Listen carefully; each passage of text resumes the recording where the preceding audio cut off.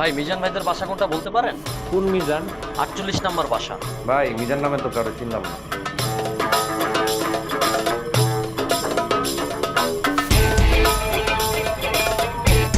ভাই মিজান ভাইদের বাসা কোন দিকে বলতে পারেন? কোন মিজান?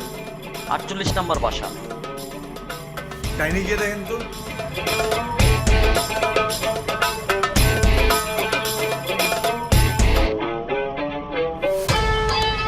ভাই মিজান ভাই গো বাসা কোনটা?